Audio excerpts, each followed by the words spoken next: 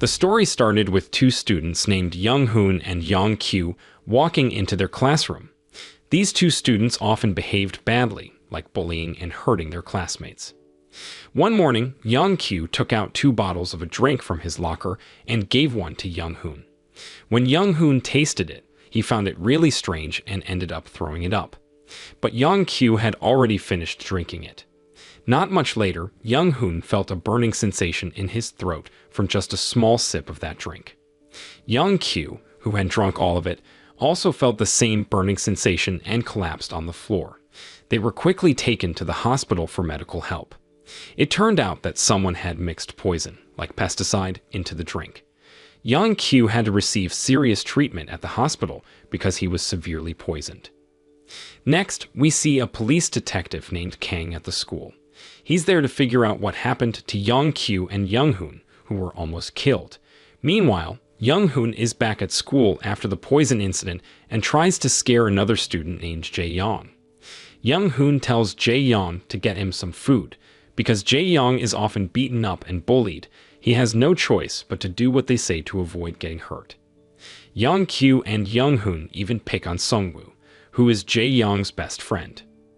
As Jae-young walks down the school hallway, he meets his teacher, who is having a serious talk with Detective Kung.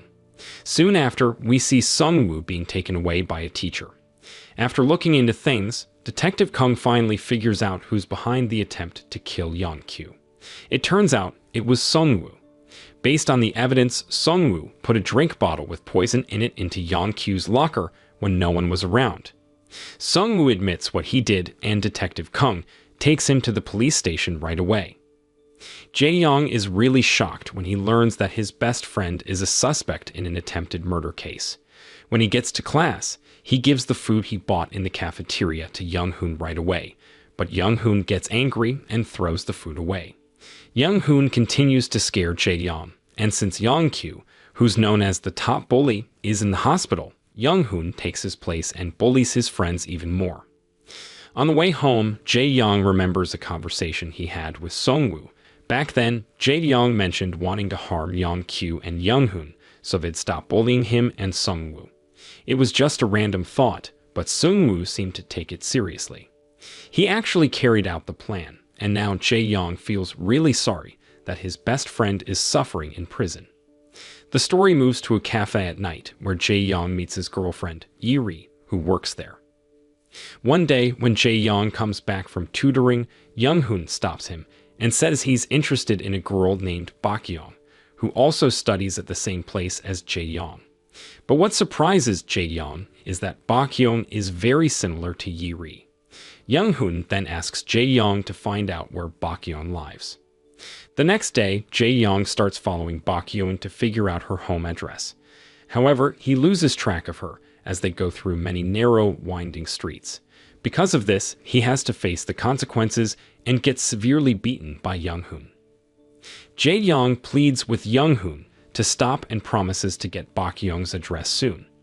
Eventually, Jae-young manages to secretly follow Bak-yeong and discovers where she lives. He then tells Young Hoon her address, but Young Hoon doesn't believe him and tells Jae-young to go there and take Bak-yeong's underwear as proof. The next day, Jae-young enters Bak-yeong's house by going through the partially open garage door. Nobody was home at Bak-yeong's place, so he had more freedom to go into her room. While Jae-young is looking through Bak-yeong's closet for her underwear, he suddenly hears a car engine as it enters the garage. Rather than getting caught by the homeowner and getting into trouble, Jae-young decides to make a quick escape. Not wanting to face Young Hoon's anger for failing to steal Bak-yeong's underwear, Jae-young takes the initiative to introduce Yiri to Young Hoon because they look very similar. After showing a picture of Yiri and Bak-yeong side by side, where they look very much alike, Young Hoon agrees to meet Yiri. Before introducing Yiri to Young Hoon, Jae-young sets a condition that Young Hoon and his friends must stop bullying him. Young Hoon agrees to the condition, and Jae-young plans to bring Yiri and Young Hoon together so he can be free from bullying by Young Hoon and his friends. Because Yiri lives alone, Jae-young, who is celebrating his birthday, asks Yiri if he can have a simple birthday party at her place with some friends. Yiri agrees without any suspicion. To make it short, they have Jae-young's birthday celebration at Yi-ri's house. But later on, Young-hoon shows up at Yi-ri's place with his friend Sung-kul. Unknown to Jae-young, Young-hoon and his friends have a plan that will make Jae-young regret forever. Young-hoon intentionally gets Yi-ri drunk through a game. Jae-young and Yi-ri innocently follow along with Young-hoon's game until Yi-ri becomes very drunk. When Yi-ri is lying helpless, Young-hoon and Sung-kul take advantage of the situation by kicking Jae-young out of the house. While Young-hoon keeps an eye on Yi-ri inside the house, Sung-kul locks Jae-young outside and calls the police to report their actions. Jae-young can't do anything to help his girlfriend and can only regret introducing Yi-ri to Young-hoon. A few days later, Jae-young, who feels very sorry for what happened to Yi-ri, watches her quietly from a distance. The happiness and smiles that used to light up Yi-ri's beautiful face have now disappeared. Instead, she looks blank and sad because of the deep trauma from the terrible things she went through. When their eyes meet, Yi-ri is suddenly overwhelmed by a severe shock, and she starts crying uncontrollably. Jae-young's heart aches terribly as he sees the girl he loves suffer so much because of the mistakes he made. Shortly after that, Detective Kung approaches Jae-young to ask about Yi-ri, who was reported missing by her parents. Jae-young, who is considered to be the person closest to Yi-ri, can only say that he doesn't have any information about where Yi-ri might be. In reality, he wants to tell the detective about Young-hoon's actions, but he's too scared of the terrible consequences he might face. So he can only deny knowing anything and tells Detective Kung that he hasn't seen Yi-ri in the past few days. Detective Kung then gives him a business card and asks him to contact him if he learns anything about Yi-ri. After the terrible incident involving Yi-ri, Young-hoon broke his promise and continued to torment Jae-young. He showed Yi-ri a video of what happened, describing it in even more detail. Suddenly, Jae-young's heart shattered, and he felt even more guilty for what happened to Yi-ri.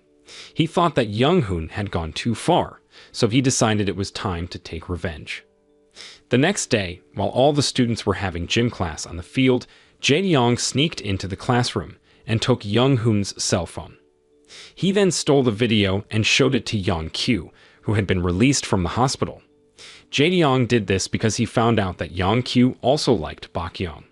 He told Young-kyu that the person in the video was Bak-yeon and suggested that Young-hoon did it on purpose and took advantage of the situation while he was in the hospital. After that, Jae-young sends the video to Detective Kung and tells the detective that Young-hoon is the one who committed the terrible act against Yi-ri. He calls Detective Kung to meet him at the beach because Young-hoon is likely to be there too, and Detective Kung can arrest him right away and put him in jail. When Young-hoon learns that the video of the incident is spreading widely, he goes to Jae-young to figure things out because he thinks Jae-young might be the one sharing it as revenge. But before Young-hoon can confront Jae-young, Young-kyu arrives and starts attacking him. Young-kyu believes that Young-hoon betrayed him by harming the girl he liked. Young-hoon tries to explain the misunderstanding, but Young-kyu doesn't listen and, along with his friends, confronts Young-hoon. Jae-young takes this opportunity to get back at them for all the bullying they had done to him. Jae-young, without thinking, attacks Young-kyu with a knife multiple times, but Detective Kung's colleagues arrive just in time to stop the violence and save Young-kyu. When they see the police coming, Young-hoon and Young-kyu's friends quickly run away. Jae-young then goes after Young-hoon and corners him. Young-hoon, who is badly hurt from the fight with Young-kyu and his friends, can only surrender when Jae-young threatens him with a knife. However, when he sees Young-hoon so weak and helpless, he can't bring himself to take his life, and decides to let him live and face the consequences for his actions. Jae-young leaves the scene, but he's in pain and frustration, and he starts to imagine seeing Yi-ri standing in front of him, smiling. He smiles back at her, but suddenly he collapses after being attacked by Young-kyu's friends. Eventually, Detective Kung arrives to rescue him and takes him to the hospital. The movie concludes with Jae-young lying in the hospital, weak and injured from the events. In his semi-conscious state, he recalls the happy moments he shared with Yi-ri when they were in love. His thoughts are consumed by memories of Yi-ri, the girl he deeply cared for, who is now gone and will endure a lifetime of suffering because of the terrible mistake he made. Jae-young now believes that his life doesn't have any purpose anymore, and he'll forever carry the weight of deep regret. So the moral of the story is, if you're going to play detective and serve revenge with a side of bullying, make sure your scriptwriters give you a happier ending, or you'll end up in a hospital bed with a drama addiction.